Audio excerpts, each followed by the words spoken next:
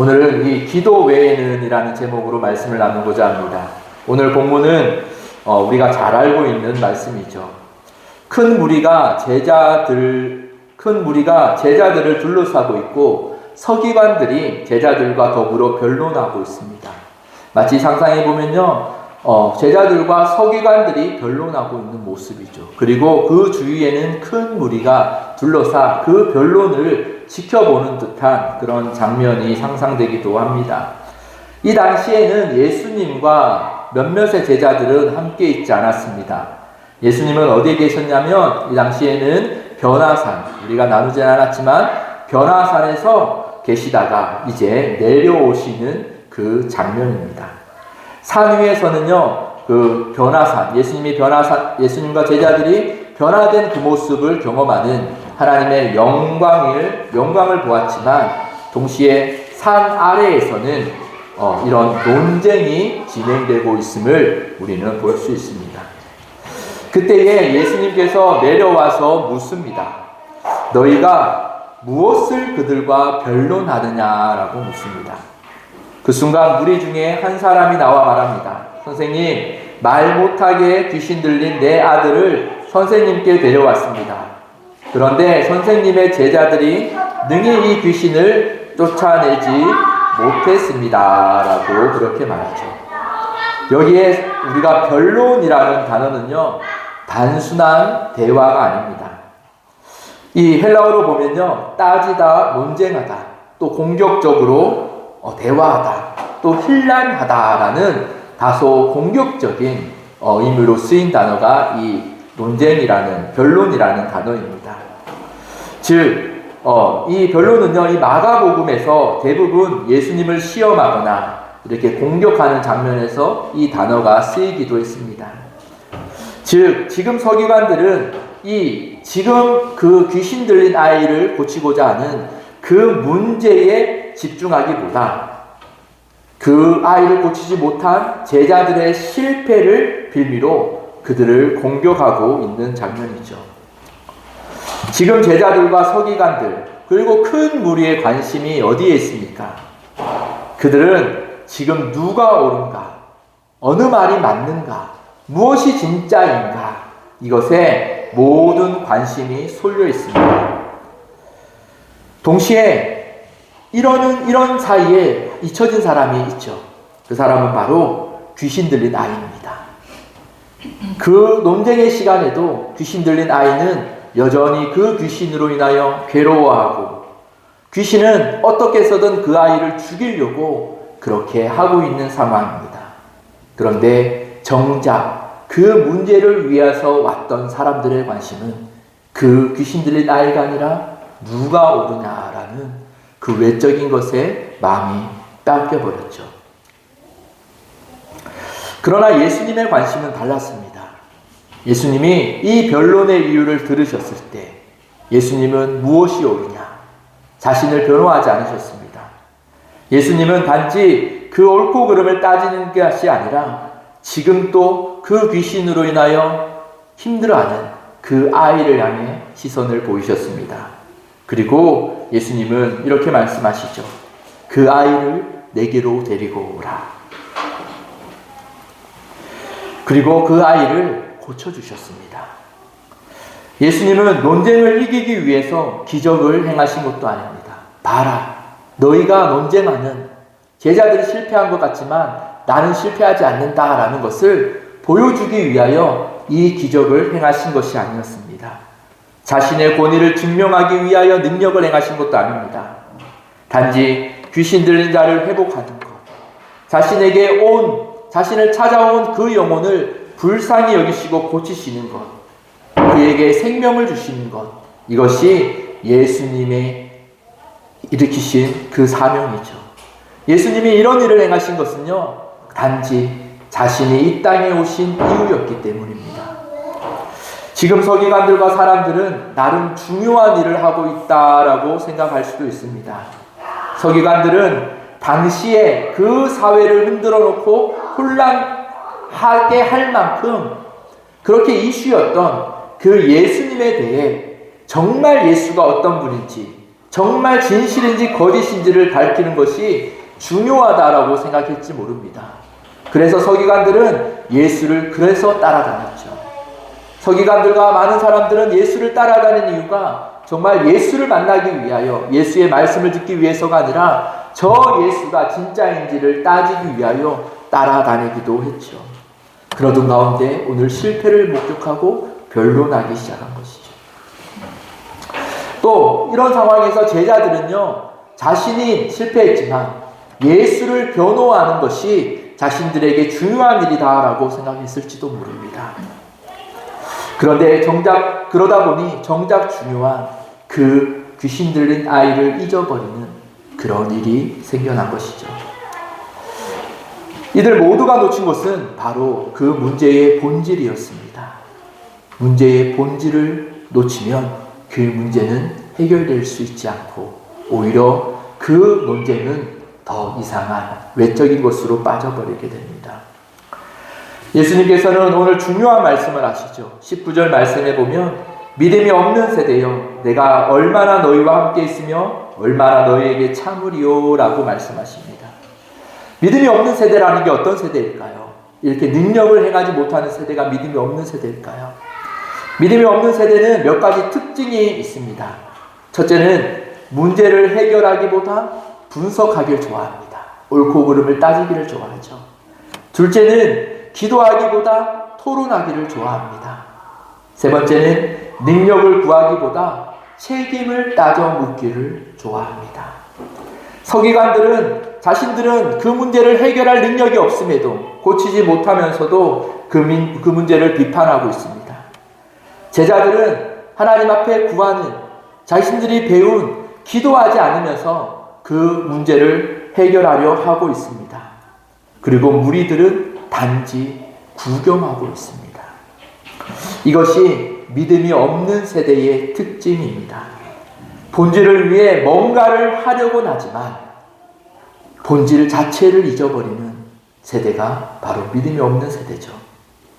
저는 이번 한 주간 이 본문을 묵상하면서 자꾸만 오늘 우리의 모습들이 떠올랐습니다. 오늘 우리도요, 문제를 해결하기보다 문제를 분석하고 판단하는 것을 좋아합니다. 많은 교회와 성도들이 오늘 한국 교회와 이 나라와 이 시대의 위기와 혼란을 보며 그 원인을 찾고 그 구조를 파악하고 분석하며 이것은 누구의 책임이다 라고 말하기도 하죠. 그런데 물론 이런 분석과 진단이 너무나 중요하지만 그러다 보니 우리는 본질을 잊어버리고 그 뒤에 역사하는 사탄의 본질과 이 가운데 하나님이 이 땅을 운행하시는 하나님의 본질을 잃어버린 채 우리는 단지 남 탓을 하고 있는 그런 시대가 아닐까 생각합니다. 우리는 어느 때보다 기도의 자리보다 논쟁의 자리에 더 오래 앉아있지 않습니까?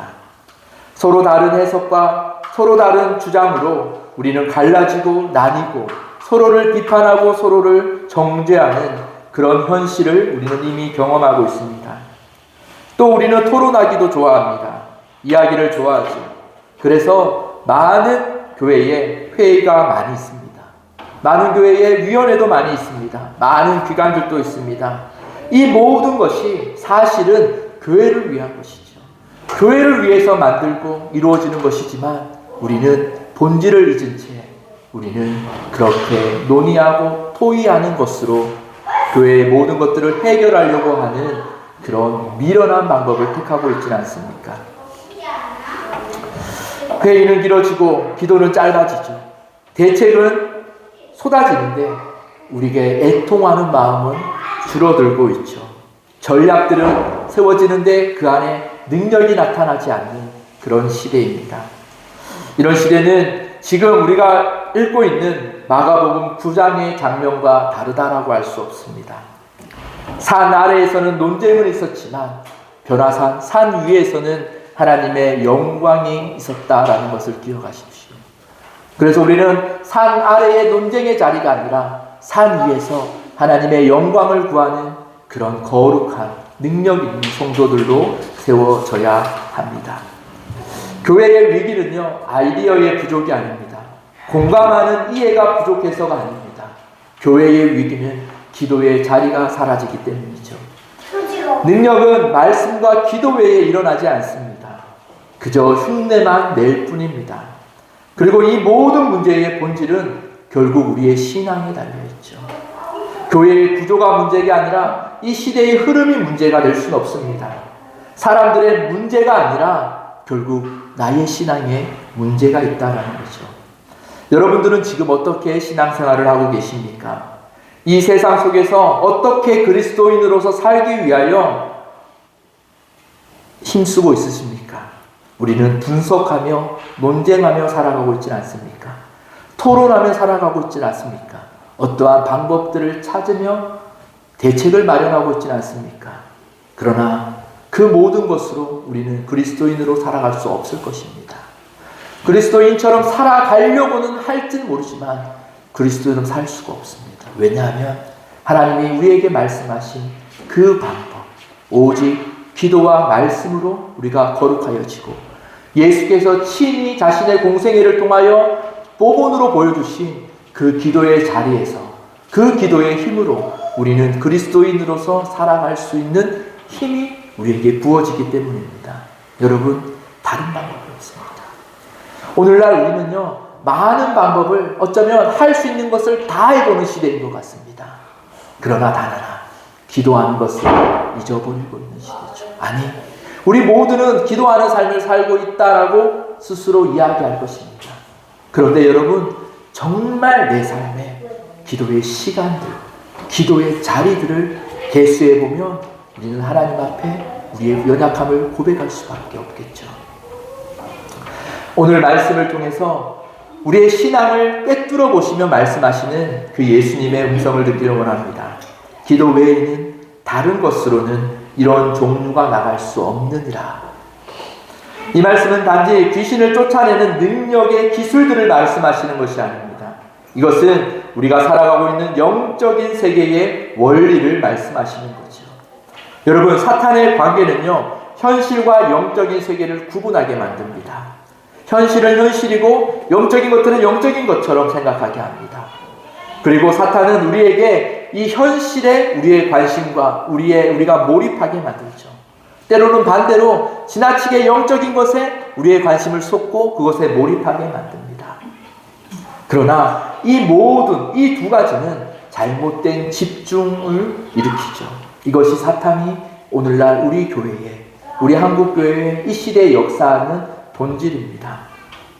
그런데 여러분, 현실과 영적인 것은 뗄 수가 없는 관계입니다.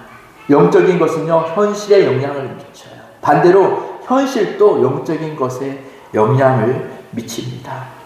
그래서 예수님은요, 기도 외에는 다른 이런 종류가 나갈 수 없다라고 그래요. 기도하지 않고도 영적인 것에 관심이 없어도 그리스도인처럼 살 수 있습니다. 그러나 그리스도인이 될 수가 없어요. 반대로 영적인 것만을 막 추구하며 우리의 현실을 소외한다면 그 또한 올바른 그리스도인이 되지 않아요. 우리는 이 가운데 밸런스를 맞추려고 해요.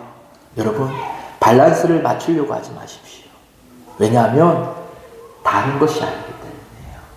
그냥 우리는 그리스도인은 하나님 앞에 기도함으로 영적인 것을 깨닫고 그 깨달음을 통하여 우리에게 주신 지금 삶의 상황 속에 그 영향을 미치며 살아가는 거예요. 밸런스의 문제가 아니라 이것은 우리의 본질의 문제다라는 겁니다. 오늘 말씀은 우리의 약함을 책망하시는 말씀이 아닙니다. 오히려 반대입니다. 이 험한 세상을 여러분 어떻게 살아갈 수 있습니까? 우리는 잘하려고 하지만요, 세상은 만만하지 않아요. 사탄은 여전히 역사하고 어둠은 여전히 사람들을 넘어뜨립니다. 공중의 권세 잡은 자가 이 세상을 붙잡고 흔들고 있는 것이 이 시대의 현실입니다. 이런 현실 속에서 우리 그리스도인들이 승리하며 살아가고 싶지만 사실 현실은 승리하지 못하는 현실을 보며 한숨 쉴 때가 많이 있죠. 예수님께서는 이렇게 살아가는 이 세상에 남겨진 우리를 위하여 오늘 말씀을 하신 거죠. 기도 외에는 다른 것으로 이런 무가 나갈 수 없다. 다시 말하면요, 기도로 우리는 이 세상을 이길 수 있다라는 것을 말씀하시는 거예요. 세상은 귀신 들린 아이처럼 괴로워합니다. 지금 이 세상은요, 모두가 풍요 속에 살아가지만 그 마음의 공허함과 그 어느 시대보다 우울함과 그 어느 시대보다 그 어두운 면으로 살아가는 시대입니다. 그러다 보니 이 시대는 그 어느 때보다 취미가 많아지죠. 취미가 많다라는 게 어떤 시대인 줄 아십니까? 공허하다라는 거예요. 그 공허함에 해결할 수 없기에 내가 원하는 것을 쫓아 살아가는 거, 내 소견대로 살아가는 거, 그 어느 시대보다 이 시대에 강하죠. 이 시대는 어린아이처럼, 귀신 들린 아이처럼 괴로워하는 세상입니다. 여러분, 이 세상 가운데 우리는요, 그리스도인으로서 부름받은 우리만 이 세상 가운데 잘 살기 위하여, 그 구별된 삶으로 우리만 편해지기 위하여, 우리만 영적으로 안전하기 위하여 부름받은 자들이 아닙니다. 저번에 나눴듯 교회는 하나님의 군대로 부름받은 자들이라는 뜻이 있어요.